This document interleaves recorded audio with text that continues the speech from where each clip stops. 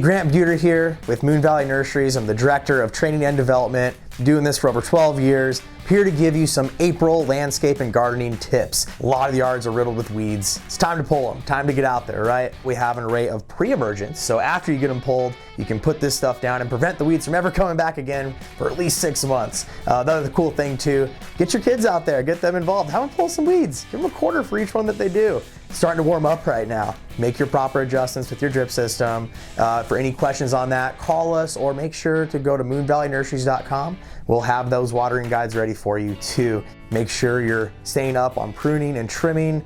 Always contact the pros. Moon Valley Nursery, we have a tree care division that we're happy to come out and give you free estimates for pruning and trimming to get it done right. You gotta feed your plants. Don't forget, they gotta eat too.